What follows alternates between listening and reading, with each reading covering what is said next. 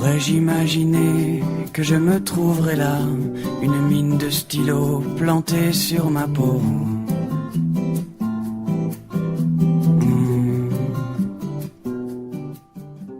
D'une plume à l'autre, votre émission littéraire vous invite à la rencontre d'un auteur à travers ses écrits, les mardis à 10h et jeudi à 15h, sur Radio Coquelicot 99 FM, votre radio du Val-de-Sioule. Je suis une feuille blanche, je ne demandais rien qu'à rester sur mon arbre et attendre la fin. Bonjour à tous et à toutes, chers auditeurs. Aujourd'hui, j'ai le plaisir de recevoir dans votre émission D'une plume à l'autre, Patrick Chaderas-In. Bonjour Patrick. Bonjour, donc Patrick Chaderas-In. Je vais y arriver. Vous allez bien? Très bien, ravi d'être ici. Alors, vous venez présenter votre deuxième ouvrage qui C'est s'appelle Histoire de fable, avec une très belle couverture. Nous en reparlerons. Paru aux éditions Socris Éditions. Mais avant de voir ces histoires de fables, je vais vous demander si vous le souhaitez de vous présenter aux auditeurs de Radio Coquelicot, pour ceux qui ne vous connaîtraient pas, parce que vous êtes déjà venus. Oui, ouais, je pense qu'il y en a quand même beaucoup qui ne me connaissent pas. Disons que je suis reconnu, mais pas encore connu. Non, je m'appelle Patrick Chaderas-In, comme vous l'avez dit. Donc, je suis auteur de fables. J'habite sur Clermont-Ferrand depuis une dizaine d'années. Et après, le reste, le mieux, c'est de le découvrir dans mes écrits. Oui, et vos écrits, donc vous avez déjà sorti un livre qui s'appelle Le Fablier de Val, que vous étiez venu présenter aux Le Fablier de Val, qui était une ancienne édition qui a disparu et que mon nouvel éditeur, Socris Éditions, a réédité. Oui, effectivement. Et puis aussi, les auditeurs de Radio Coquelicot ont pu vous rencontrer au Salon du Livre au mois de juin des Plumes chez la Belette. À Ébreuil, vous étiez? Et j'y étais, et très ravi d'avoir participé. C'était une réussite, ce salon, très bien organisé. Et j'ai remarqué qu'il y avait beaucoup de lecteurs qui s'intéressaient aux fables.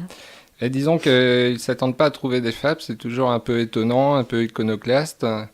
Et surtout avec La Fontaine, bien sûr, tout de suite, ça interpelle. Alors vous êtes La Fontaine bis? Je ne dirais pas ça, disons que je suis dans la tradition d'un genre littéraire plutôt. Oui, mais très très intéressant, mais on va en reparler de toute façon toute l'émission. Eh bien, nous allons marquer une pause musicale.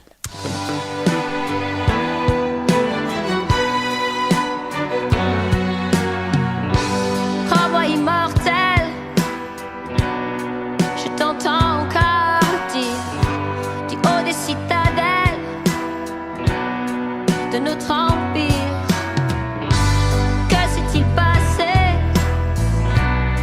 De nos journées de lumière, ne reste que des ombres et des pierres. Proche du ciel, on pouvait presque le toucher, mais les dieux ont voulu s'en mêler. Proche du ciel, on pouvait presque le toucher, mais l'âme ne cesse de couler. Sur cette joue mouillée,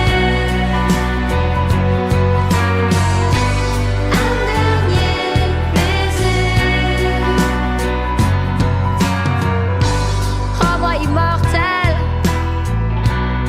je t'entends encore le dire, que même les arcs-en-ciel en garderont le souvenir. Où vont-ils aller, si beaux moments d'hier vont-ils devenir poussière?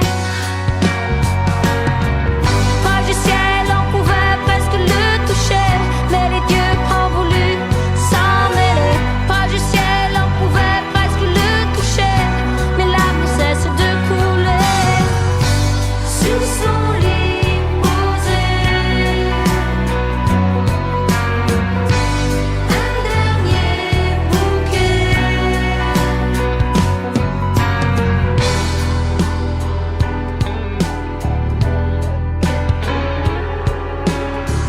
Tu m'as dit un jour je reviendrai, je t'aime, je t'aimerai. Tu m'as dit un jour je reviendrai, je t'emmènerai. Tu m'as dit un jour je reviendrai. Est-ce que c'est bien vrai? Proche du ciel, on pouvait presque le toucher, mais les dieux ont voulu s'en mêler. Proche du ciel, on pouvait presque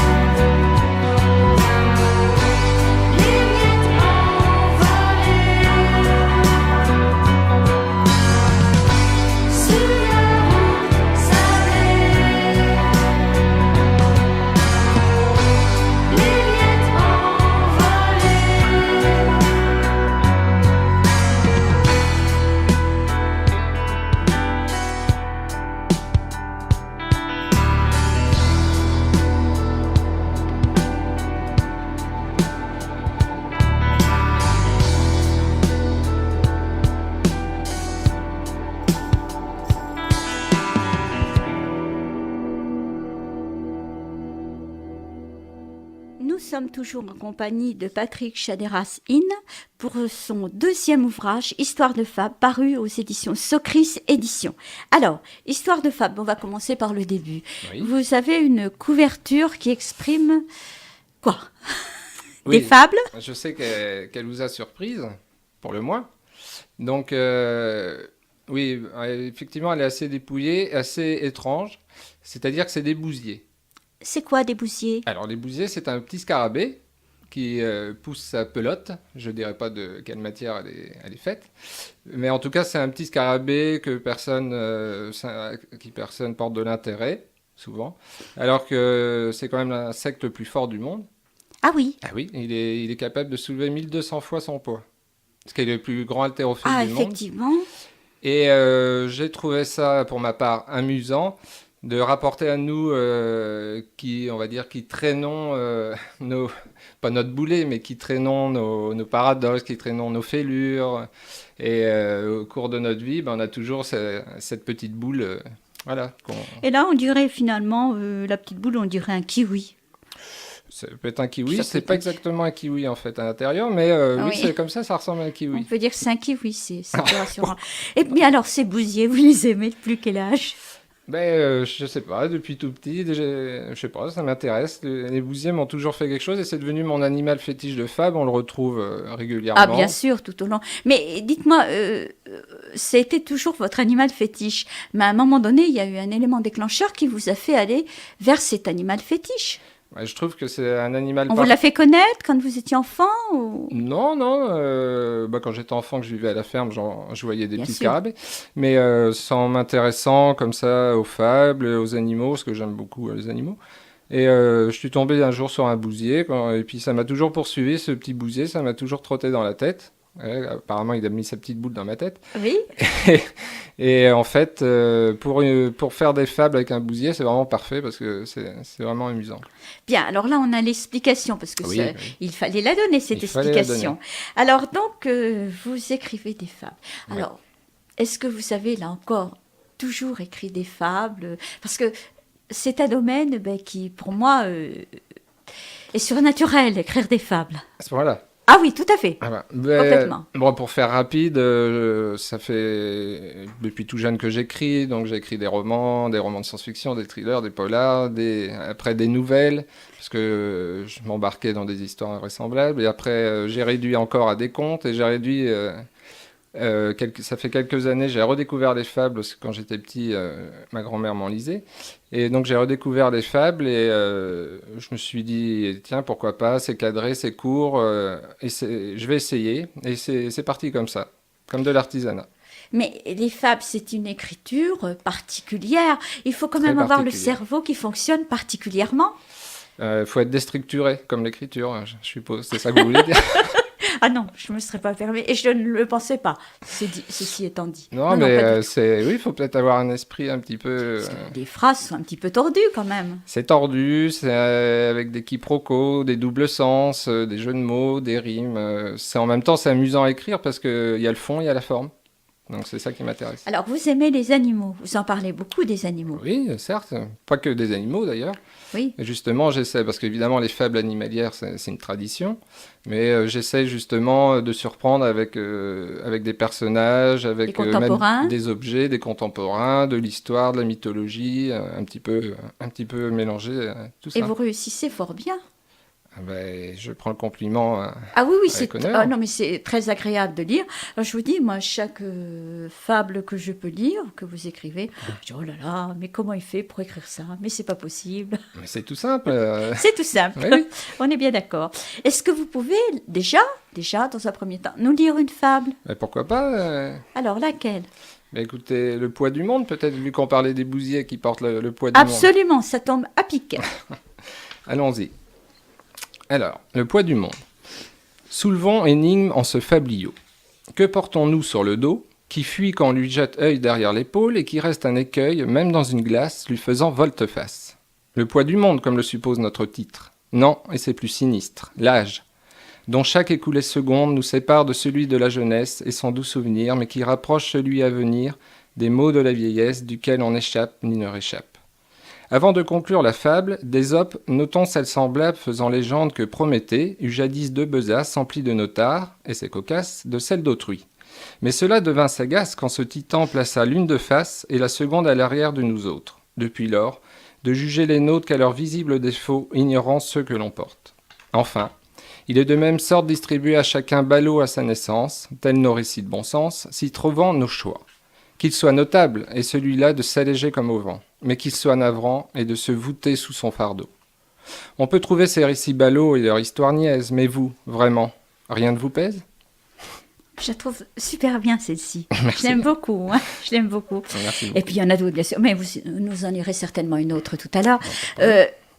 Alors oui, aussi, il m'est arrivé cette remarque, cette question. Oui, Lorsque vous écrivez, vous faites référence à l'histoire. bien sûr. Et il faut avoir une belle connaissance de l'histoire.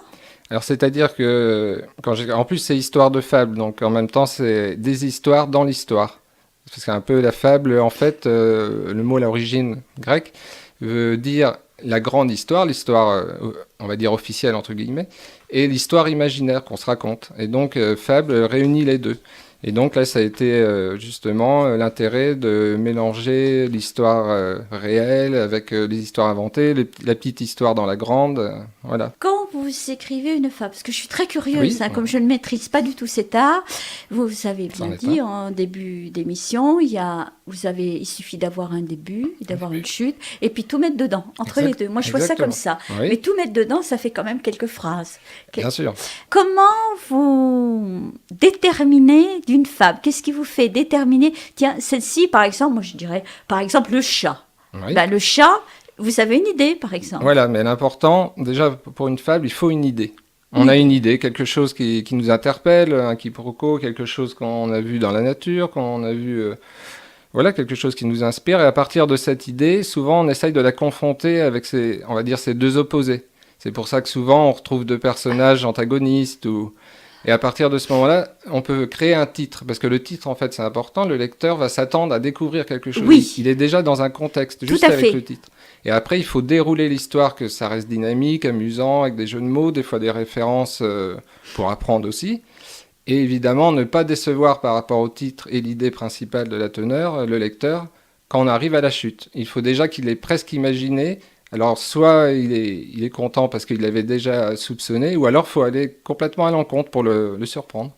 Alors, vous dites dérouler. Alors, c'est le mot que j'emploie pour les personnes qui écrivent de la prose, c'est-à-dire du Oui, roman. bien sûr.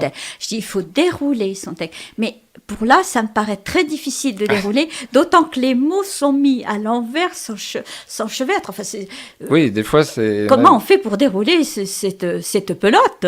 Eh bien, justement, la pelote, on en revient au bousier, d'ailleurs. Tout à fait, Donc, tout à fait. quand on déroule la pelote, c'est le travail de l'auteur de fable d'emmener un intérêt tout du long, que ça ne retombe pas, qu'il ait envie de poursuivre. Alors évidemment, la lecture peut être un peu différente. Dans mon premier ouvrage, c'était un peu plus littéraire. C'est vrai qu'il faut être habitué un petit peu à lire surtout ce genre de fables et en rime, parce que des fois on est un petit peu dérouté, ça peut être un peu lourd avec les virgules, les déstructurations de phrases.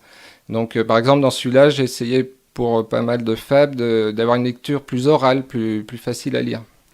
Oui, alors là, je vois à la page 134, peut-être Oui. vous allez nous le lire, vous explorez les fonds marins, on va dire.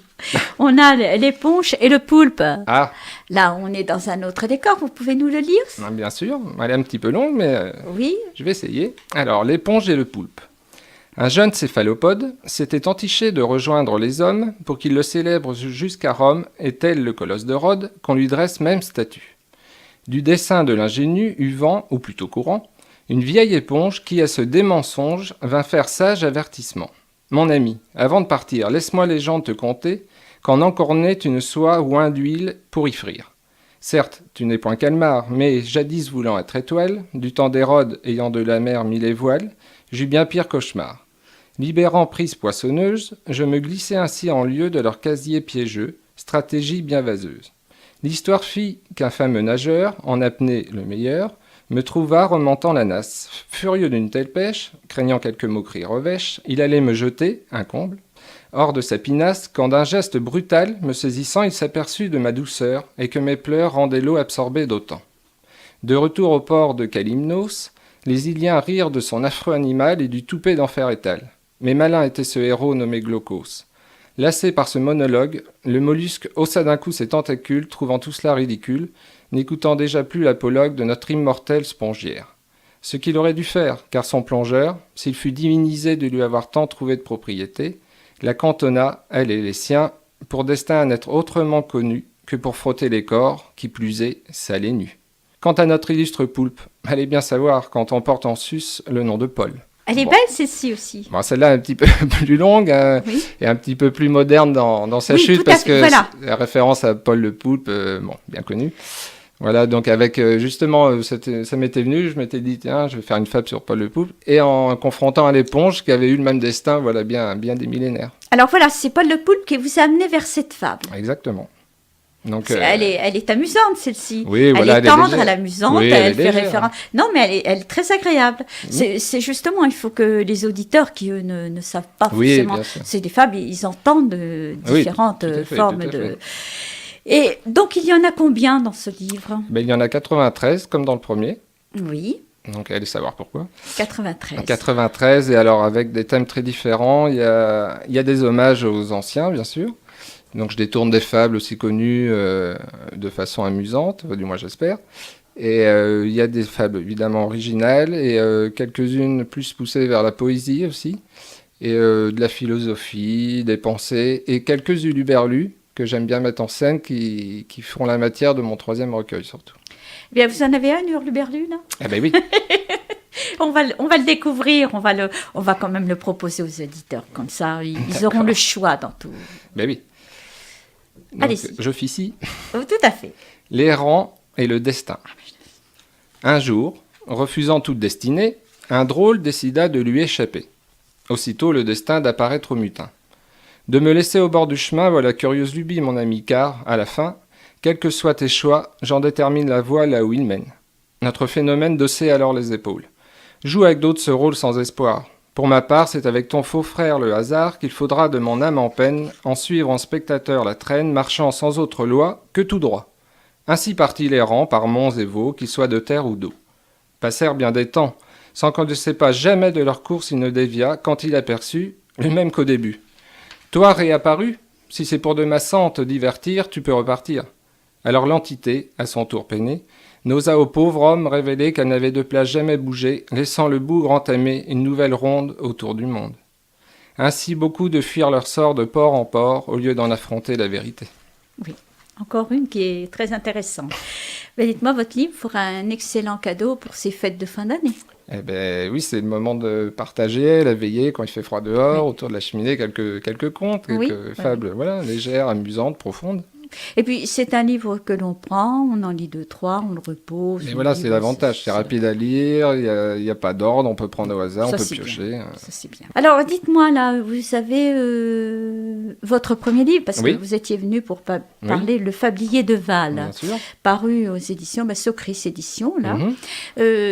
Quelle est sa vie à ce fablier? Il vit toujours? Il est toujours Alors, lu il a eu une première naissance pendant Oui. une année, donc la première maison d'édition a disparu, donc mon éditeur a édité mon deuxième histoire de fable, et il a réédité Le Fablier de Val, qu'on a retravaillé, que j'ai dépaissi parce qu'il était un petit peu lourd par moment. Il y avait des fables qui me plaisaient moins, parce qu'on évolue forcément. Eh bien évidemment. Bon, c'est difficile de juger soi-même, mais bon. J'ai enlevé quelques coquilles, parce que ça arrive, hein. Ça arrive, On va ça pas arrive. se le cacher. Oh, Et donc voilà, il me plaît mieux maintenant dans sa nouvelle version, mais il vit toujours et il vient même d'avoir le prix de la poésie de la Baule. mais c'est formidable, ça. Eh ben oui, je suis assez étonné même parce que, alors bon, des gens peuvent dire que les fables c'est pas de la poésie, mais pour moi c'est la poésie du peuple. Je préfère, à titre personnel, Oui. à la lecture, une lecture de fable qu'une lecture de poème. Oui, moi je pense que les deux arts peuvent se croiser. Parce que dans la lecture de fable, effectivement, on a de la surprise. On a des tournures, comme je vous disais. Oui.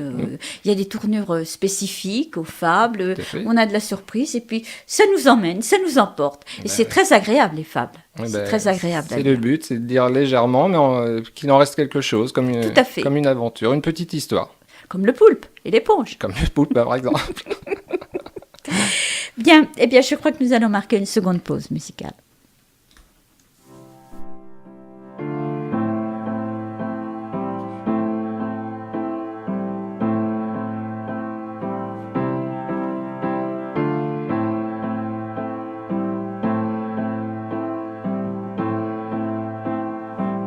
All along it was a fever,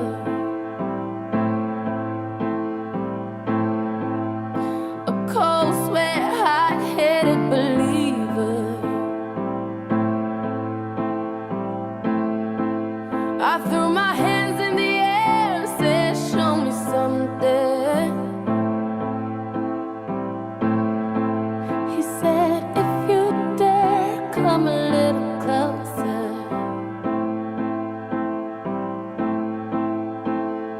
Round and around and around and around we go. Oh, now tell me now, tell me now, tell me now, you know. Not really sure how to feel about it. Something in the way you move makes me feel like I can't live without you. It takes me all the way. I want you to stay.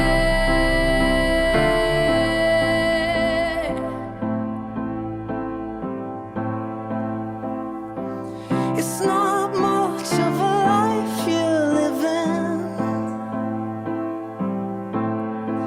It's not just something you take, it's given. Round and around and around and around we go. Oh, now tell me now, tell me now, tell me now, you know. Not really sure how to feel about it. Something in the way you move makes me feel like I can't live without you. It takes me all the way, and I want you to stay.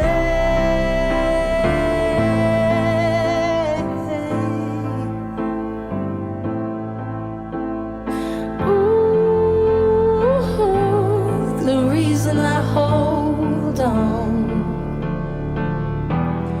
Ooh, 'cause I need this hold gone.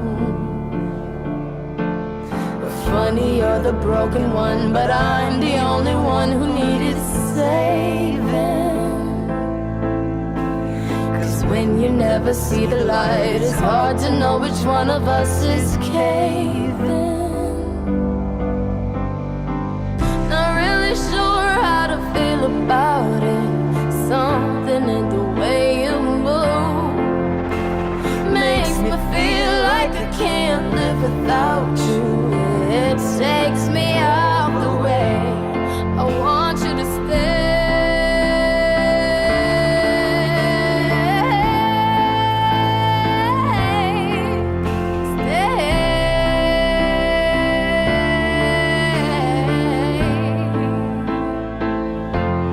I want you to stay. Ooh.